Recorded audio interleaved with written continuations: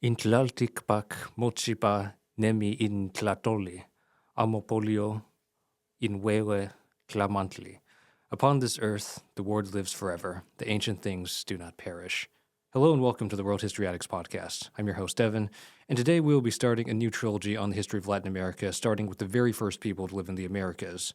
In this episode, we will uncover the long-forgotten world of the indigenous civilizations of what would become Latin America, from the Aztecs and the Incans to lesser-known civilizations like the Wari and Olmec cultures. Let's begin.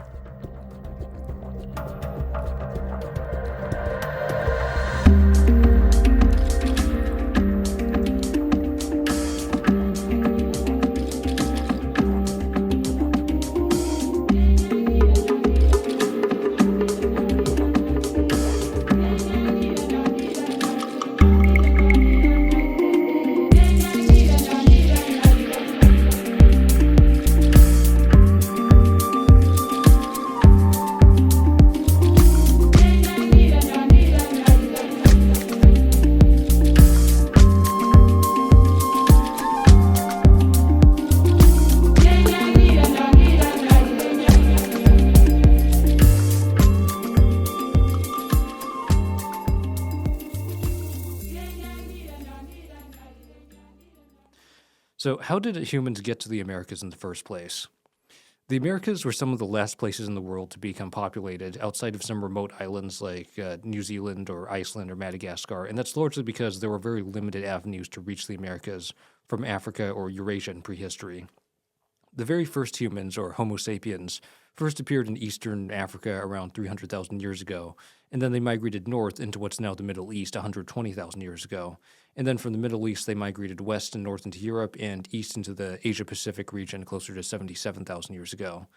It's not entirely clear when the first people to reach the Americas did so and how exactly they got there, but it's believed that it was a combination of land migrations across the Bering Ice Bridge that once linked Alaska to the furthest reaches of eastern Siberia, and sea migrations from the Pacific coast of East Asia across the North Pacific to the Pacific coast of northwest North America around 14,000 to 30,000 years ago. The main source of these migrations seems to be ancient Siberia, China, and Japan in the form of the ancient Japanese or Ainu people, meaning that all indigenous Americans are a divergent branch of prehistoric East Asian people with some admixture from an archaic group called the ancient North Eurasians, who are a common ancestor between Native Americans and Europeans. The European branch moved west and the Native American branch moved east. And there's also a very limited but still noticeable genetic footprint in South America from Australia and Melanesia, though how exactly they got to the Americas is also much less clear. When people did reach the Americas via the Pacific and Siberia, the route to this was south along the coast and eventually east from the Pacific coast to the Atlantic and Caribbean coasts. So, and some Native Americans like the Inuit or the Apache did migrate much later, and that's mostly from Siberia into Alaska, in the Inuits' case, thousands of years after the original wave of migrations, or in the Apache's case, south from what's now the northwest U.S. to the southwest U.S., but also much later after other groups had already moved in. So who were the first Native American civilizations in what would become Latin America? The very first that we're aware of is the Carol Supe or Norte Chico civilization in what's now Peru, dating back to about 3,500 BC or 1800 BC. And it was a pre-ceramic civilization and has no surviving artifacts of visual art just because it's very, very old and ancient civilization. And it also doesn't appear to have any fortifications, walls, or weapons. So it's actually kind of similar to the Indus Valley civilization in Mohenjo-Daro. It seems unusually unmilitarized. And one interesting find that appears throughout the region is quipu. These are knotted pieces of rope that are believed to be used for accounting and record-keeping in the absence of writing. There's also the Valdivia culture, which appeared around the same time, but it was further south in what's now Chile, and it had mostly pottery and the remains of farms of maize, kidney beans, squash, cassava, chili plants, and cotton. And it should be noted that animals for livestock seem much more limited in the Americas, and some researchers like Jared Diamond have argued that this is one reason why the Americas remained in a Stone or early Bronze Age level of development in many areas. They were simply missing the advantage brought by Eurasian or North African animals like cows or sheep or horses, or even just donkeys or pigs in the context of disease immunity and extra materials and animal labor. It isn't until much later the Olmecs appear in Mexico around 1500 BC to 400 BC. And the Olmecs are the forerunners of Mesoamerican civilization, and that they pioneered the first writing systems in the New World. And for the record, writing has only appeared independently in two other places in all of human history. One of them is in China, and the other is in ancient Mesopotamia in what's now Iraq. The Olmecs created a variety of art styles that can be seen in later Mesoamerican civilizations like the Mayans or the Aztecs. And they also created a distinctive ball game, which is uncannily similar to basketball, but instead of a horizontal hoop with a basket, there's a vertical carved stone circle that the players had to score the ball through. They had to dribble the ball and then throw it through the hoop. And this game was reused throughout multiple later Mesoamerican cultures, including the Teotihuacanos and the Aztecs. They also pioneered several bloodletting rituals and human sacrifice that would also be known, again, mostly through their successors in the Aztecs.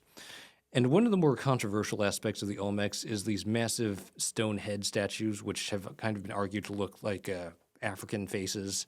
And that's led many to speculate that the Olmecs are actually an African civilization that crossed the Atlantic Ocean thousands of years ago, but there's not a whole lot of genetic, linguistic, or archaeological evidence to support a mass West African migration to Mesoamerica.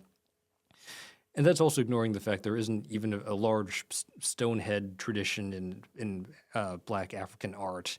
And there's way more of a parallel with the Polynesian arts, like the Moai heads in Easter Island or Rapa Nui. So moving south to the Central American Isthmus and southern Mexico, the Mayans were also around at this time, and they're arguably one of the longest continuous cultures in the pre-Columbian Americas, lasting from the 2000s BC to the arrival of the Spanish in the 1500s. And they were also a very advanced society despite not having many hallmarks of Old World civilization like ironworking or horses, and that they independently invented zero as a mathematical concept with no input from the Old World. And they're also remarkable architects and made many pyramids and aqueducts, as well as the first chocolate ever from cocoa beans. So the Mayans were very knowledgeable about stars and timekeeping, and that part of that was influenced by the Olmecs, to the point it was actually rumored not too long ago that they predicted the end of the world in 2012, though they may have been off by a few years, considering we're still here.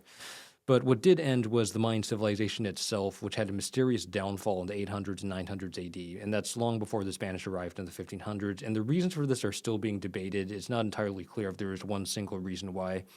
But it appears that there's a mix of overpopulation and soil depletion, so overfarming, and there's also droughts, along with internal fighting and unrest, and it led to a massive decline in Mayan civilization to the point that when the Spanish got there, it still hadn't recovered.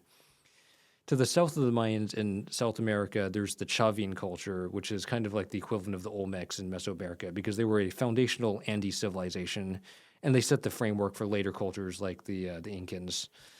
The Chavin began around 900 BC, and they built a large amount of artwork featuring jaguars and other fanged deities, as well as human-animal hybrids, which has led researchers to believe that they had a shamanistic religion based on transformation into animals, and they used psychoactive drugs to connect with the spirit world. Another interesting point that ties into what I said earlier about these New World civilizations being really radically different from their Old World counterparts in the realm of animals and livestock is that the Chavin culture is kind of an exception because they use llamas and alpacas as pack animals, and this would continue on for over 2,000 years, including to today. And finally, going to the Caribbean, we have the Siboney people of Western Cuba and Haiti, and they're the earliest known indigenous culture of the Caribbean, and they're the foundational culture that influenced later groups in the region. Not a whole lot is known about the Siboney because they likely sailed from the Yucatan Peninsula in eastern Mexico to the Caribbean, and they were mostly fishermen, hunters, and shellfish collectors, not large-scale farmers. One last note is that there's kind of a forgotten group in the Tupinamba. Those are the indigenous people of Brazil. I looked into them, but I couldn't find a whole lot of information about them during this period because it seems that they never created a large-scale society or settled kind of empire the way that the Olmecs or the Chavin did. So it's not entirely clear when they got to the area that would eventually become Brazil or what their early history was like. But it's believed that they were there thousands of years before the Portuguese arrived, and they had some knowledge of manioc and cassava farming, and they were also kind of like the later Carib people in the Caribbean. They're known for being cannibals. So after these early Amerindian civilizations, which ones were around in the equivalent of the Old World's antiquity and up to the High Middle Ages. Well, if the Siboney, the Shavian, the Mayans, the Olmecs, Valdivia, and the Nordichico cultures were kind of like the ancient Sumerians or the ancient Egyptians, they were succeeded by classical and medieval cultures that would have been around at the same time as the Roman Republic or Han Dynasty China, leading up to the arrival of the Europeans. So starting first with the Caribbean, we have the Taino people appeared around 300 BC, and they were an Arawak-speaking people. They lived in Cuba, Haiti, the Dominican Republic, Jamaica, Puerto Rico, Bahamas, pretty much all over the Caribbean. So they were a very widespread culture, and they were they had a great longevity too, because they continued to hold dominance over the Caribbean until the Spanish arrived. And even today, they're still around in a limited form through the descendants of people in the Dominican Republic, around Puerto Ricans and Cubans, with more indigenous ancestry. And that includes some celebrities, including the controversial Super Bowl singer Benito Antonio Martinez Ocasio, better known as Bad Bunny. The Taino and Siboney weren't the only Caribbean group, because there's also the Kalinago or Carib people, but they appeared much later, around 1000 AD, and they're also notorious for being cannibals, like the Tupinamba, which is actually where the word cannibal comes from. There's also the Guanahatabe people, who are of very, very obscure origins, and not a whole lot's known about them, except they didn't practice wide-scale agriculture either. They also lived in caves, and they were probably remnants from earlier migrations to Western Cuba. The problem is just that they disappeared very quickly after the arrival of the Spanish, so lots of their history and past has been lost. In South America, the Nazca civilization appeared in the southern part of Peru around 100 BC, while the Moche culture arose in the north around 100 AD. The Nazca are famous for the Nazca lines, which are gigantic works of art. They're effectively giant pictures that are drawn in the dirt using that span miles. And it was kind of a mystery as to how this was possible, because there are some very incredible drawings of monkeys, condors, spiders, hummingbirds, even whales. But the people who made them didn't have planes. They didn't even have hot air balloons. But it was actually tested, and several researchers found that you can actually make these large images if you just dig in alongside ropes that have been stretched out using wooden stakes. And if you just use geometry and you plan out what it looks like beforehand, you can actually make some pretty incredible drawings, like even without hot air balloons or airplanes. The Moche were also artists, but they were known more for making giant mud brick pyramids called huacas, and they have these incredible types of pottery. Like if you look at some of the pottery, you would swear that it looks like something made in the modern day. They look almost photorealistic with the way that they portray human faces. They kind of look like Roman or Greek statues, but with color. And further north in Mesoamerica, the Teotihuacanos appeared just a century after the Moche and the Nazca, and they created one of the most unique pre-Columbian civilizations in the New World, because they were actually a multi-ethnic empire. They included lots of different people groups, and they were a pretty decentralized society with large apartment-style complexes instead of massive royal palaces for a god king. And there seems to be very little evidence for any great all-powerful leader like the ones who would show up in later civilizations. And there was much more emphasis put on priests and the religion, which included future Aztec gods like Tlaloc, Quetzalcoatl, and the unique great goddess or spider goddess, as Teotihuacan actually means the place where the gods were created. But despite being one of the greatest cities in the New World, it was almost entirely destroyed in 550 AD by a disastrous fire that was caused by a civil war or some type of internal uprising. And in the following centuries, the city was mostly abandoned. 3 centuries after the rise of the Moche and the Nazca, the Tiwanaku appeared in Bolivia around 400 AD, and the Wari culture began in the highlands of Peru around 500 AD. The Wari were one of the first large urban civilizations in the Andes, and they laid the framework for later Andean states in that they created lots of roads and planned cities. They're also one of the first few true bureaucratic societies of their time and region. The Tiwanaku were centered around the Altiplano Plateau around Lake Titicaca, and were one of the first of the spiritual foundations of the later Incans. They built on the work of the Chavin culture, and they were way more of a religious society ruled by priests. And I would compare it to more like India, where infrastructure and state control kind of takes a backseat to just spiritual development and just like a natural society. But the Wari were more like ancient China, with their emphasis on construction and government organization. And if we're to make more of a comparison to Western civilization, I think Tijuana would be more like Jerusalem or ancient Israel, while the Wari are more like Rome or Greece. One of them is more about the religious and the spiritual side. The other one is more about like the legal side and like the architectural and infrastructure. So in the 900s AD, the Chimu or the Chamor kingdom starts in northern Peru, and they were inspired by the earlier Moche culture, but they didn't entirely just copy off of them. And they created one of the largest cities in the world at the time called Chanshan, and it's second only in size to ancient Babylon. And despite being located in a desert, it was supplied with fresh water from a complex set of canals and irrigation systems that diverted water from nearby rivers into these gigantic cotton, maize, bean, and squash fields. But 500 years after this, the Chimu would get conquered by the Incans, and that was only a few decades before the Spanish succeeded in colonizing the whole continent. Back in Mesoamerica, the Toltecs succeeded the Teotihuacanos in the 900s AD, with a society that was much more militarized and way more focused on human sacrifice than the previous Teotihuacanos. And this was later continued by the Aztecs, but they also loved artworks, and the name Toltec actually means cultured or artist, in that they created large basalt statues of soldiers with spear throwers, and they created an entire architectural style with columns and carved reliefs that were copied by the Mayans all the way into Central America. But in the 1200s, the Toltecs were eventually brought to an end, and this is probably by raids from this group called the Chichimeca, and they were a nomadic group from the north, and also by the rise of the early Aztecs, who were known to have looted Toltec cities.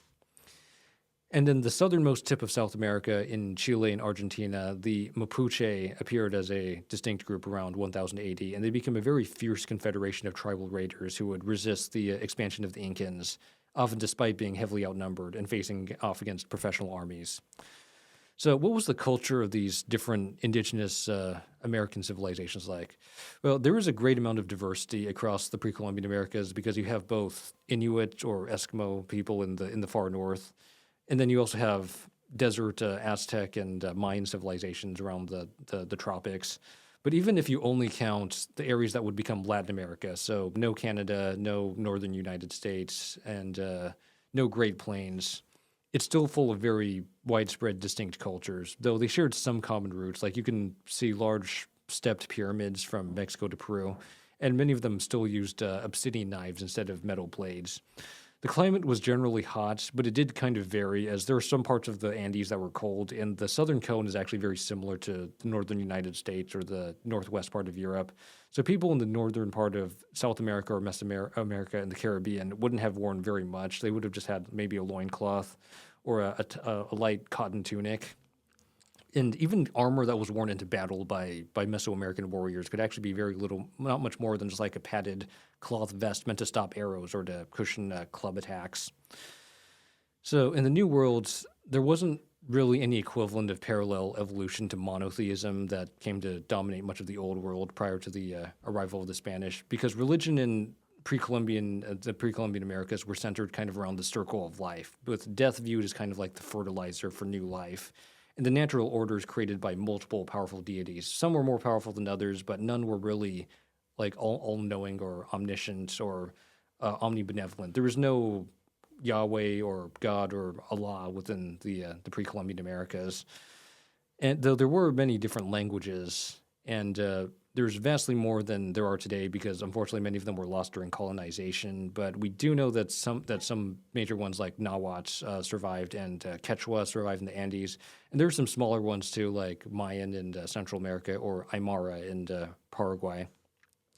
So I think the best way to describe the overall culture of the pre-Columbian New World, and especially in like the South America and the Caribbean, was the ancient Middle East, if it didn't have horses and it didn't adopt widespread bronze or iron smithing, and it had a more tropical environment. Because I think it maps on really well to how there are all these gigantic pyramids and a very polytheistic religious society, but also one that could be incredibly brutal. So how did these different cultures interact with each other? Well, they weren't entirely isolated, despite it being pretty difficult to move through certain parts of the Americas, because they didn't have contact with Europe or the Old World, but they did have contact with different parts of the Americas, because the Mesoamerican cultures often influenced each other. Like I mentioned how the Teotihuacanos developed all these art styles that the Mayans began using themselves. And there are also trade links between the Toltecs and the Mayans as well. But going all the way to the south, like between Mesoamerica and Peru, there doesn't seem to be as much contact between them. They don't seem to have known much about each other. But there was actually quite a few trade routes going from Mesoamerica to what would have become what would eventually become the United States, because you could find obsidian and shells from the Gulf of Mexico as far north as the Great Lakes, and you can also find copper from the Great Lakes being sent south to Mesoamerica. The Caribbean was also a pretty open trade node because all three of those areas, North America, Mesoamerica, and Central and South America, all border the Caribbean, so it wasn't that difficult for sailors around Cuba or Haiti to sail to the coast and trade with the local people. So what were the last indigenous American civilizations just before the Spanish arrived? There's really two large ones, and the first one is the Aztecs, because they're really an alliance between several city-states and the Incan Empire, which is more like a conventional empire, but it was very distinctively indigenous South American, and it was very unique in how it operated. The Aztecs were an alliance between three Mesoamerican city-states called Tenochtitlan, Texcoco, and Tlacopan, and Tenochtitlan was the capital city, and it was built on Lake Texcoco, which makes it more of kind of like a tributary system than a full empire in the case of like the Roman Empire or the Caliphates or the Han Dynasty. Legend says that the first Aztecs founded the city because they heard a prophecy that their city would have to be founded in a place where an eagle fought a snake, and they actually found that on a small island in the middle of Lake Texcoco, and they started building on the water in the early 1300s.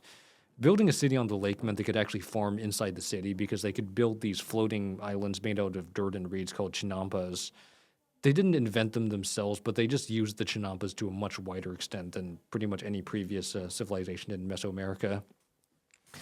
Warfare and human sacrifice, as I've mentioned earlier, also weren't unheard of, but the Aztecs were just especially brutal, and they carried out vastly more sacrifices, to the point they actually had like independent enclaves of Mesoamericans like the Tlaxcalans and the Cholulans who would routinely be raided and attacked, even though they were within Aztec territory, in order to send captives back to the capital in these kind of ceremonial battles called flower wars or Xochitl. The Aztecs were, in that sense, kind of the New World equivalent of the Assyrians. They were militarily excellent, but they were also highly sadistic and bloodthirsty, which made them feared and hated throughout the region. The Incans, were better known by their own term in that region called Tawantinsuyu, appeared in the early 1400s, and they stretched from parts of Colombia to Chile and overall around the Andean mountain range around Peru. So if the Aztecs were like the Assyrians of the New World, I think the Incans were more like the Mauryan Empire of India, because they did take power using military force, but they didn't just use terror to crush anyone who even slightly resisted their rule. And they preferred to rule through cooperating with the local elites, and they also used tolerance of different local customs to make the empire more manageable. And out of all the cultures and civilizations so far, I think the Incans are the most advanced and the most developed, because they had the largest empire by sheer land size.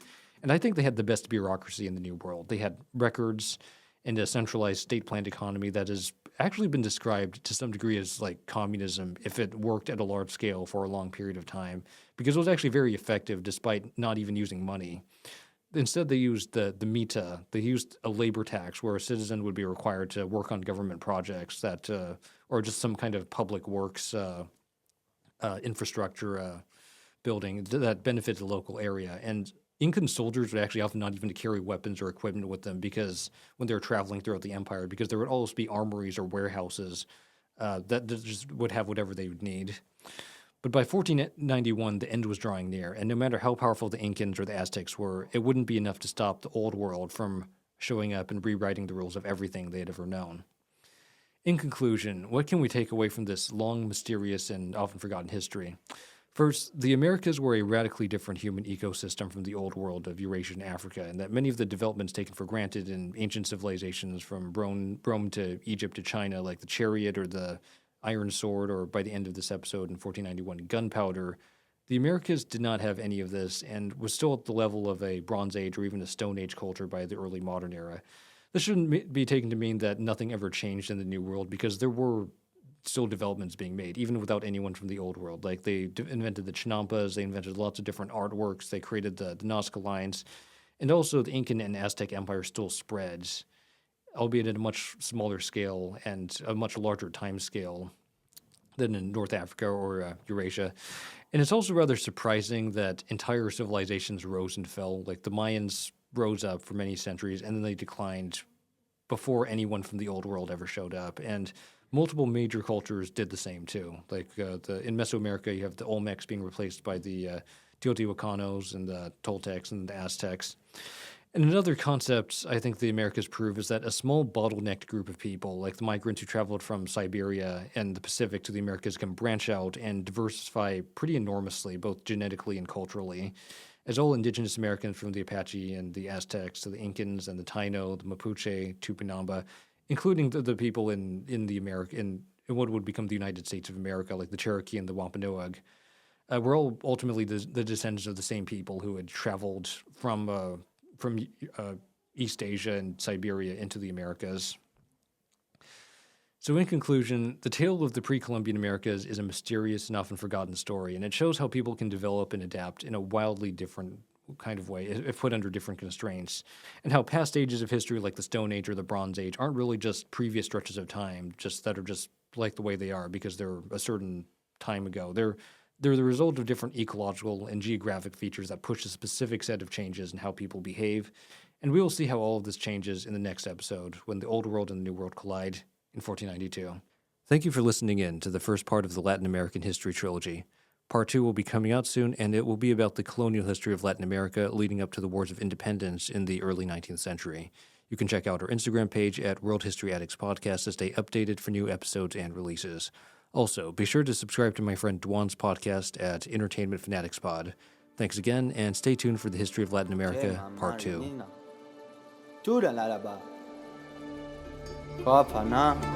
Lana, Tula,